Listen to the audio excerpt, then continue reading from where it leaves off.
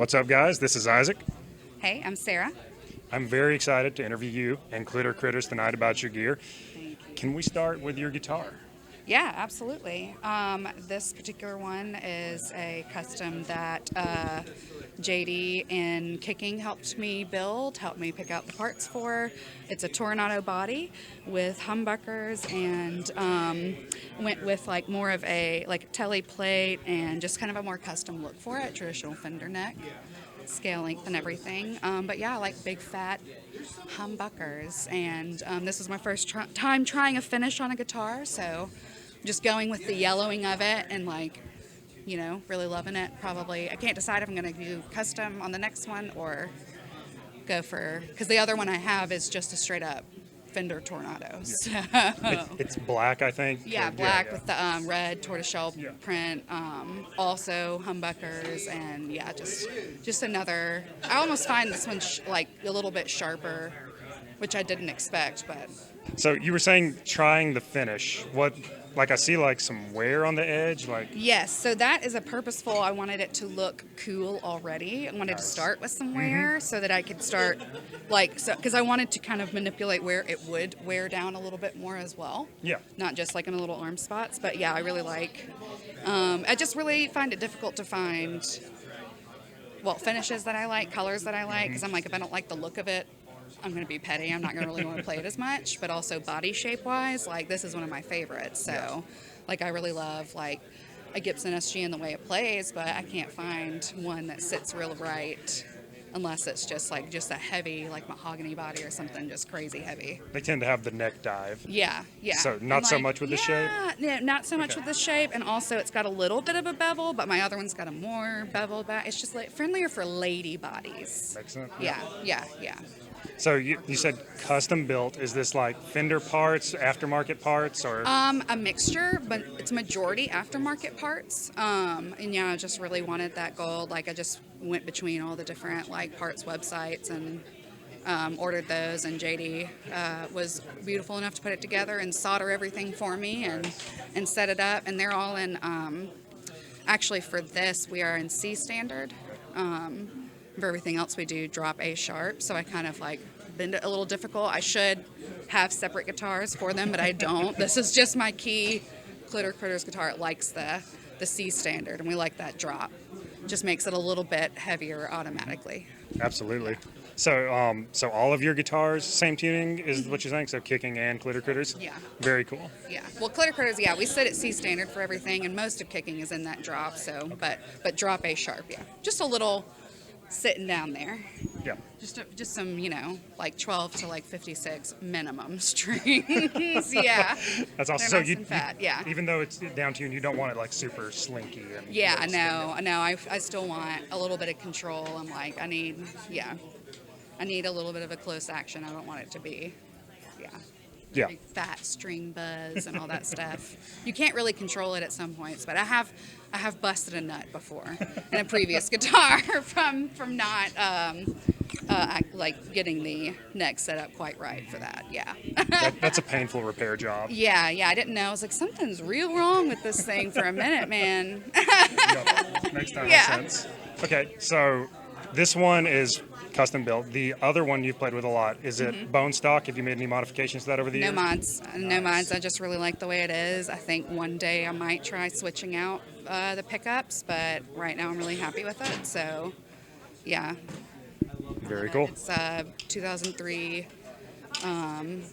one of the Mexican-made ones, so it's not like I don't like the 2007, 2010, like the remakes, and it just like a little bit cheaper, a little bit more stupid looking. I don't know. It's not my. Because the Tornado, right? It's a discontinued shape at this point, or do they just make it rarely? They make it rarely. Okay. Like sometimes they'll do like another run of them. Okay. But yeah, no, I had to go back and find this one. It was a reverb find. Okay. It was me really wanting it because I think in Nothing one of the guitars plays it, and something else that I listened to. I don't know. But yeah, I was just like, I want that big fat like sound, you know. No, I totally get it. What is it about the telly controls that you like, that you chose this for your build? Honestly, just purely look. Okay. It was just like, that's kind of like a sexy little cut in, and I got to kind of do whatever I wanted with it. So since we found this pick guard that fit well with it, it was just kind of that like, hell yeah, let's do a little sexy little telly switch and just make it, my own little thing. Because I used to, my first guitar I played with and Lisbon Deaths and No Ma'am and stuff was a telly. Nice. But it was like seafoam. I really loved it at the time. And then I hated it. So I had to get rid of it. But the controls were good, right? Yeah. Awesome. Well, is there anything else you want to talk about your guitar? Actually, wait, no, one question. Oh, yeah. Pickups, which do you gravitate to during a set? Majority, I gravitate to bridge or in between. Okay. Yeah. Rarely ever the neck on its own? Yeah, rarely the neck, except for just a few certain, really more on a few kicking songs that, I want to be, really buzzy and, doing big, fat, low end, I almost want it to just sound like it's blending in, like a background synth. I just want it to be a little bit softer impact. When you've got a 2-guitar band, it's a little different, right? Yes, yeah. Because normally JD will sit at that high end, so you gotta compliment each other. Sweet. So now let's talk about your sick pedal board. Where does the signal chain start? All right, we start classically here with the tuner, obviously, but we're gonna we've got all overdrives, and any boost is gonna be in the front. So we've got the tuner to Green Rhino, just a clean boost, and then we've got the Jekyll and Hyde, which I love. So we've got the cleaner boost. That's my always on green. Okay. So I always want that on. It's just so beefy, so good. And then the drive red is just, it's much in the best way possible. Okay. And then JD Burns actually set that DL6 delay pedal up for me with the 3 settings I want. And I'm not ready to change them yet, but when I need to, I'm gonna have to call JD Burns. Yeah, it's kind of complicated. It's a little complicated, and then there is an option to where you can do another live one and live without messing up your shit. No, that's not for me. I like to know. But yeah, we've got those overdrives and the volume, and then we've got oh shit, what do we have? Oh yeah, so the overdrives, and then the last thing before the volume pedal is that little bit crusher there, that little pink one. It's super fun, super fun little light up knob. But it's just a super small, cheap version. It's the Ho Tone. Yeah.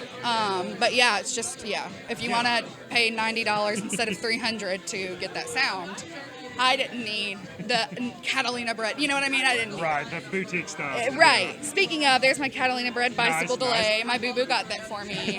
It's the moodiest delay. Anything sets it off, and everything reacts differently in every room, with every guitar, with every pedal. So it's really fun.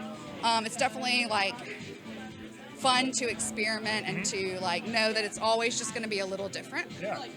But yeah, after the there's some dynamics. Yeah, but yeah, after the volume, it's that bicycle delay, DL6, and then my chorus, just to have that always on fun feeling, even when I get that volume pedal down. It makes your feedback very cool, I've noticed. Is that what I'm hearing, the wobbly? Yeah, and I got that a lot from JD, from kicking, and just learning how to go with it and kind of get the tone that you want, bending all that shit around. And then another always on, my last thing is the Holy Grail, just a hall plate. Just because I always want a little bit of forgiveness. I'm something about not having it. I'm everything just sounds chunky inside. Dry. And I want a little wetness everywhere. Yeah. A little slippy slide. But yeah, that I would say the most interesting pedal I probably have is either the Jekyll and Hyde, just because it's a cool vintage pedal, or that bicycle delay, just because it's crazy. It's very moody, very fun. So talking about the Jekyll and Hyde and also the Green Rhino, so how clean is your tone, no pedals out of the amp? So, I mean, it's pretty clean. I would say I never use no pedals. There's always some kind of boost. just because I'm so used to playing with another guitarist as well, that honestly, it just like, I feel like it needs it. Like I'm never gonna not have a little bit of something on there. Makes sense. Yeah. And so then you've got like multiple stages for more and more is the idea.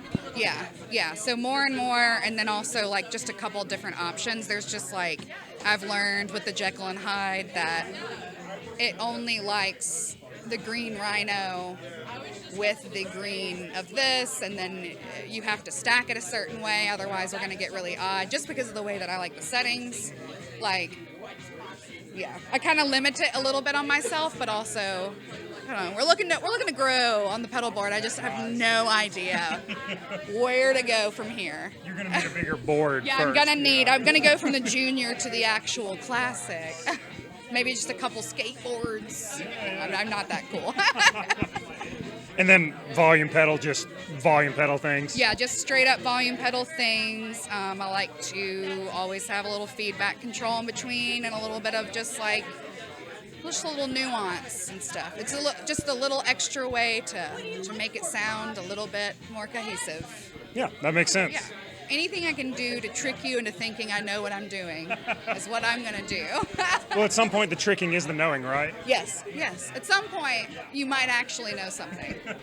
Don't ask me, though. I don't know if I'll be able to repeat it. Fair enough. Anything else about your board you want to go over? Not really. I mean, I try to utilize everything, but really, if it's just, if it doesn't need it, it doesn't need it. Fair enough. I love her like she is, and I'm apprehensive to change it, but I'm like, I know I need that. I know I need a little fresh sound, a little something. Makes sense. So, Yeah. And just to confirm, this is the same as the kicking board. Yeah, same as the kicking board. I just use primarily different pedals for some things, just because only guitar, same guitar.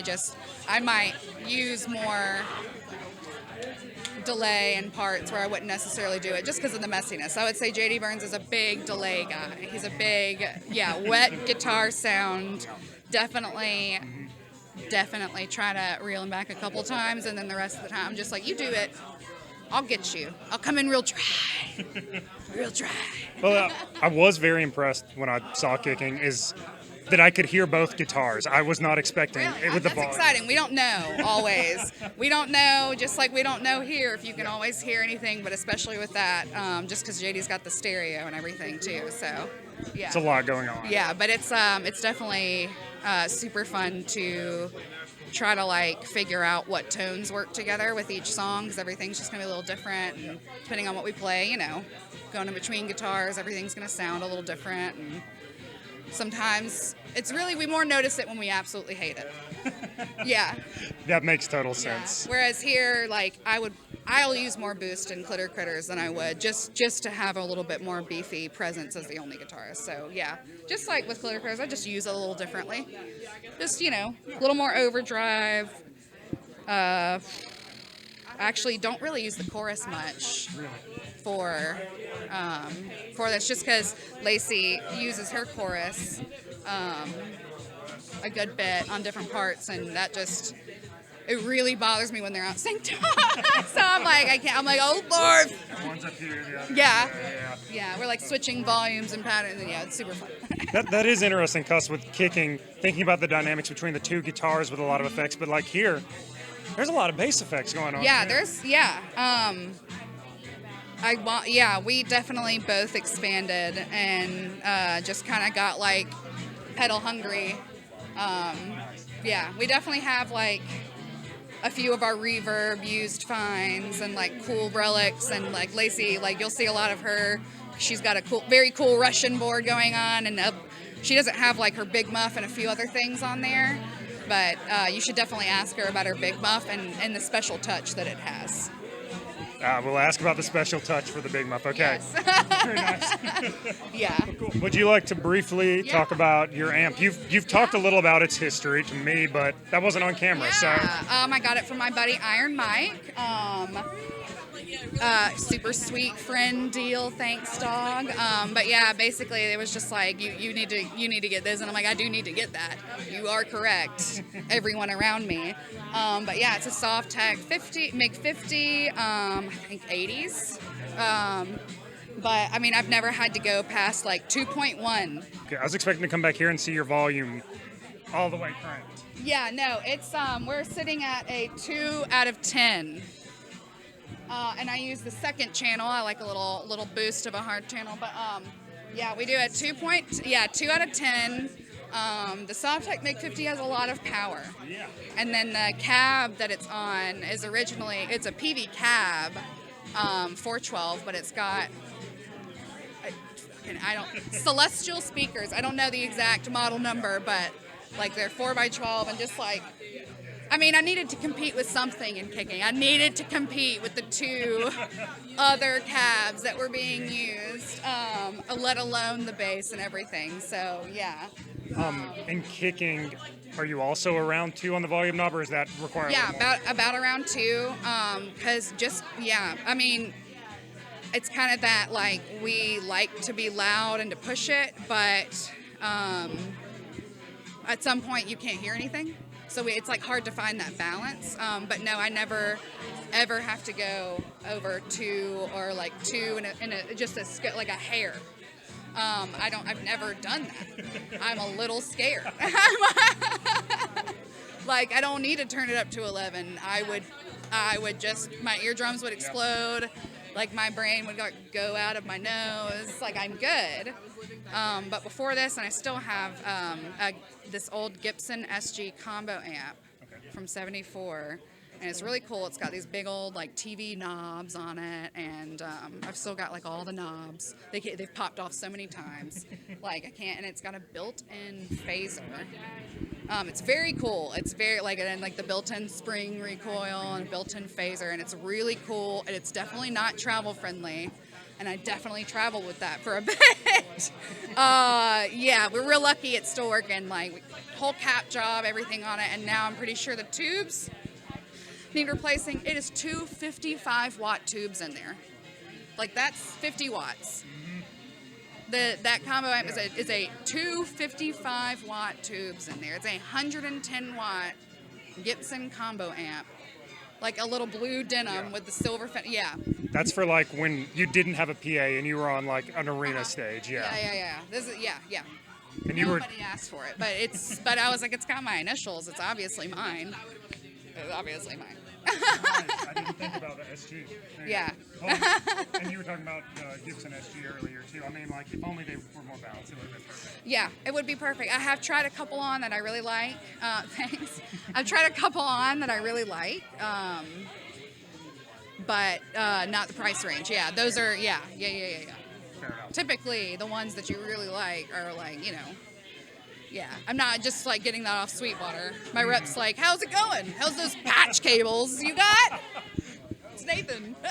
Got to call in and check on like your patch cable and like a couple of picks. Yeah. How's your E2 tuner? Because you're reading it off a script, off the page. Yeah. Yeah. Thank you, Nathan, for Sweetwater. Yes, thank you. My rep. Yeah. Okay, so is there anything we talked about? Your guitar, amp, pedals, anything else interesting going on here? Man, I don't fucking nothing. I mean, we already hit the guitars. Yeah, this is one I typically fall to for Clitter Critters, but I like to alternate. But yeah, I just go with the mood, go with the flow. Fair enough. That is a sweet guitar, by the way. Excellent choice of paint job. I think the lighting is questionable. The lighting is questionable. However, there we go. I'm just kidding. You scared me. I thought that was real. I had to decide between the microphone or the guitar real quick. Right, Well, you're awesome. like, oh, this is my microphone. Oh. This is my Behringer $20 microphone. Yeah. Yeah. That's good. Well, thank you so much for your time. Thank you, Enjoyed man. the show. It's been a pleasure watching you. Thank you so much. Take care. Yep. And now I'm over here with Lacy. Lacy, thank you for taking the time to do this. Of course. So, let's talk about your bass. Let's talk about my bass. So it's pretty stock for the most part. There's no special pickups or anything in it. This guitar is actually more interesting in the fact that some guy bought it for me. He was like, "Oh, what are you into?" And I was like, "Oh, I like this guitar. I like this guitar." And then it just randomly showed up at my house one day. So yeah, that's how I got this guitar, and I still play it. And it's funny because I am in a feminist type band, and some dude just bought this guitar for me. So that's what's really funny about it. So it's a Squire jazz bass. I'm a big proponent of I don't need to buy an expensive guitar. This has got a great sound to it. It does everything that I need it to do. I'm more of a jazz bass player. I'm not a fan of P bass, primarily because I don't like the neck on it. This is just slightly smaller for my hands, so I get to move a little faster on the neck. So, yeah, that's kind of what this is. Awesome. That makes total sense. I was going to ask, why do you seem to prefer J-bass style? But Yeah. I kind of got that. So with Clitter Critters, it's my jazz bass primarily, but with my other band Kicking, I have 3 different Jaguar basses. So I tend to buy them when I see them. Squire Vintage Modified Jaguars. If you can find them, they're great. They're cheap. They mod up really well. I can always get parts for them. They're light. I don't like a heavy guitar. I have a spinal fusion because I'm old, so I don't like anything that's heavy. So fuck playing a Gibson. It's really heavy. Real. Like a Ripper. I put it on. I was like, this is really cool, but it's way too heavy, and my back says no. So yeah, that's the case. What makes you choose this for Clitter Critters and the Jaguar for Kicking? Oh, really? It was just laziness. It's 2 different tunings, so I don't have to tune my guitar. This stays for Clitter Critters tuning, and then my Jaguars stay for Kicking, unless I unfortunately break a string. I have broken a bass string a few times in my life, just silly. So when I have a backup, and that's usually a Jaguar. Not my Kicking Jaguar, one of my other auxiliary Jaguars. Makes sense. Where do you tend to run tone and volume and everything while you're playing for Clitter Critters? So it's more low-end mid-range for Clitter Critters. There's a little more high-end when I do it for Clitter Critters than when I do for Kicking. I tend to be more in the low mid-range for when I do stuff with Kicking, but yeah, always low, grumbly. If your genitals aren't rumbling, then I'm not low enough or loud enough. That's awesome. And is it both pickups running all the time? Awesome. Yep, both pickups running all the time. Okay, and so no modifications otherwise though, bone stock? It's stock. It's stock. It came the way out of the factory. Haven't done anything to it except the strings that I use are 5110s, nickel wound. I just actually changed strings on my Kicking bass because they were pretty grody. These are still pretty good, but yeah, that's what I use for strings. Nice. And what about fingers versus pick, both? I'm a pick player. I'll do a couple finger things every now and then with Kicking, but for Clitter Critters, it's pick. That's how I learned to play, and yeah. Now we're going to talk about your effects. For the viewer, she sent me a list of her pedals, guitars, and everything, which was so awesome. Thank you for that. Well, I did it because I always forget what things are, and I don't want to sound like an idiot when I'm talking to people, because sometimes when Sarah and I play, they're like, do you even know what those do? And so I want to pretend like I do know what the things on my pedal board do, instead of just be like, I don't know, it goes beep boop, beep boop. Makes it sound cool. Yeah. That's a fun approach to it, though. It is. And I have, I guess, a larger board than maybe what somebody might typically have for a bass guitar, but for both Clitter Critters and the other band I play in with Kicking, I do a lot of different layering things with distortions and my reverb or with my chorus pedal to just kind of create a different sort of unique sound that fills it out a little bit and gives it a little extra girth, as I like to say. But for Clitter Critters, I do a lot more straightforward punk stuff. So I use my Boss overdrive distortion a good bit on a few of our songs. I do combine it with either my Small Stone phaser or with my Holy Grail reverb sometimes to do a little bit of a layering effect. But the overdrive is a good solid one that I use a lot for Clitter Critters. I do have a Electro Harmonics Big Muff reissue green reissue nano. I do have an entire suite though of Electro Harmonics 90s era Big Muff soft tech, the baseballs, and the Small Stone, which I also have in nano form. it's just my old pedals, like, you stomp on them enough, and they don't work, and so, like, I don't want to get rid of them because I bought them when they were really cheap, and now they're really expensive, and so I'll never be able to replace them, so I just bought some things that do the job. But I really love my personal 90s era Big Muff pedal.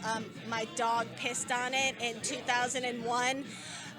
And so I feel like it's got this special like dog piss sound that like even JD that plays with us in kicking, he's like, I don't know why your Big Muff sounds so good. And I'm like, it's dog piss, dude. It's totally the dog piss. But yeah, sorry. So yeah, I have my not dog piss one on my board.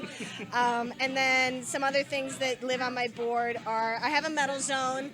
I also bought a metal zones when everyone was like poo-pooing them and shitting on them. So I think I paid like, I don't know, $30 for it. I don't like to play anything that's too precious because like I'll break it and then I'll be really sad that I spent like $300 and I broke my pedal. So everything is replaceable. It's sturdy. I can stomp on it. I've got some Boss stuff. Some things that aren't on my board that I keep on the side, or I have some Behringer pedals. So I have a Behringer Super Fuzz that sometimes comes on and off my board, as well as an Idiot Box blower box. I have a thing for distortion, so I'm always searching for a bigger, better distortion, always. So I have a few things, but I also, if anybody is out there in the world, I am in love with my DoD bass stereo chorus FX62. If you have them, give them to me. I need them. Mine is broken. I have to fix it. But if you have them, I'm there to buy them. So yeah, no, that's kind of my board. Very nice. Yeah, that's like you said, it's a lot for a bass board, but that's cool. It is. So with your multiple overdrives, distortions, do you stack them, kind of choose one at a time? I do choose them. I tried some, not in this band, but in my other band, I will combine some distortions. Like I'll put my Big Muff with my overdrive, or sometimes I'll put my Big Muff with my metal zone just to create something real chaotic. But for the most part, I kind of just choose one and layer it with something else, depending on how they play together. Okay, that makes sense. So then the bass clone and the small stone, fairly similar pedals if I understand right, but what are you doing different with them? So the bass clone gives me a little more like of a low end to it, whereas like I feel like my small stone gives me more of a surf vibe. So like if I want like this grungy, punky, surfy vibe, I'll throw that on with the distortion, and it kind of gives me that woo, woo, woo, woo. Like that's a technical term, that woo, woo, woo. So yeah, that's what I kind of differentiates them from me. So yeah, my bass clone is more for shoegazy stuff, whereas the small stone is more for let's get fun. Nice. Yeah. Very cool. And so, again, talking about the overdrives and distortions, how clean is your like just straight signal through the amp? It is pretty clean. It Okay. just yeah, there's no distortion or any effects that are on my amp right now. And I'm playing through a PV Mark. Oh gosh. Sorry, I had to make sure it's a PV Mark IV with a PV 215 coordinating cabinet. So we're in Mississippi. PV reigns supreme. That's right, Mississippi Marshalls. That's right. Yeah, that's right. So, how did you stumble upon this amp and cab? So JD Burns was working at Fondra Guitars, and somebody came in and gave that in on trade or something like that, and he just called me. And so that's how I got the head with a 115 cabinet that goes with it. And then another buddy of ours, Iron Mike, who tattoos at Electric Dagger, I bought the PV coordinating cabinet off him, the 215 cabinet off him. So, yep, that's how I got that rig. It's a well-used rig around town, so it's a good workhorse. You can throw it down a flight of stairs. It's solid state. I don't think I'll ever go the tube life. It's too delicate, and I'm not a very delicate person. I need to be able to have it fall down a flight of stairs and still work for me. Well, you chose the right brand, and also, I believe Iron Mike is also responsible for the guitar rig here. Yeah, Iron Mike is the reason that we all have cabinets in this band. Thanks, Mikey. Yep. Well, I think that's about it for me. Is there anything else you'd like to share, talk about? That's about it. That's all the gear that I have, and thanks for doing this with us. I appreciate it.